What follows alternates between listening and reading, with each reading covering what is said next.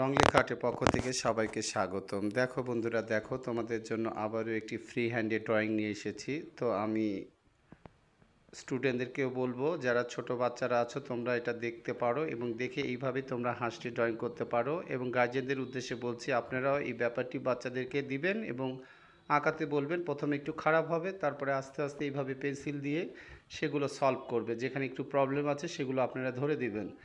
আর এখানে যে water colour বা অয়েল প্যাস্টেল যেটা পারো তোমরা, সেই রঙই তোমরা এখানে ইউজ করতে পারো। তো আমি আজকে ওয়াটার কালারই ব্যবহার করছি, যেহেতু আমি অয়েল প্যাস্টেলটি অনেক ড্রয়িংই করে থাকি। তো আজকে ওয়াটার কালার দিয়েই আমি হাঁসটি ড্রয়িং করব। তো ডিপ আর লাইটের যে ব্যাপারটি, পানির যে ব্যাপারটি, সেটি আমি এখানে আঁকছি। এইভাবেই ধীরে ধীরে এই যে ব্যাপারটি, নিচের যে ব্যাপার, যে পানির যে ব্যাপারটি ডিপ এবং লাইট, সেটা আমি এইভাবে ফিনিশিং দিয়ে নিলাম। এবং এবার ঠোঁটের যে ব্যাপারটি আছে, আমি এখানে রেড কালারটি দিব ঠোঁটে।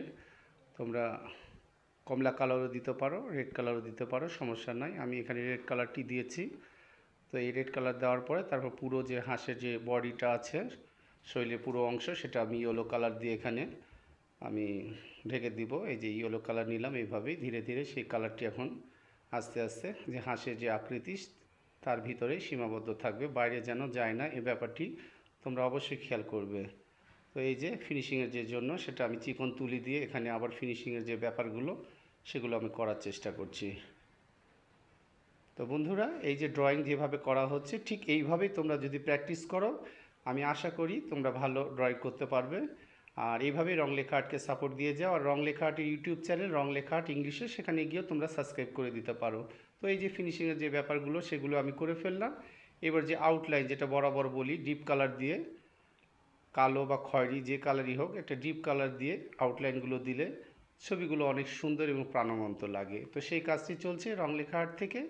রংলেখা আর্ট এই যে ধীরে ধীরে যে একটা পাশ দিয়ে যে একটা বর্ডার দেওয়া, সেই ব্যাপারটি করছে। আর এই বর্ডার দেওয়া শেষ হয়ে গেলে ছবির যে পরিপূর্ণতা, সেটাই প্রকাশ পাবে এবং ফুটে উঠবে। তো আশা করি ড্রয়িংটি কেমন হলো বা কেমন লাগলো অবশ্যই মতামতে জানাবে, এইভাবে কমেন্ট করে।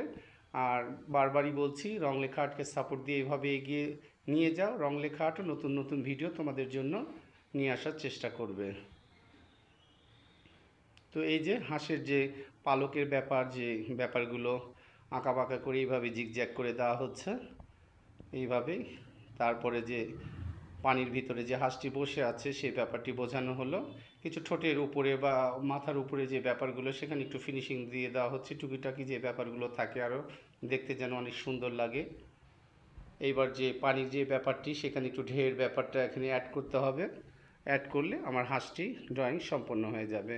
তো আশা করি বন্ধুরা, তোমরা এইভাবে সাপোর্ট দিয়ে যাবে। আজকের মতো এখানে শেষ করছি। সবাই ভালো থেকো। আল্লাহ হাফেজ।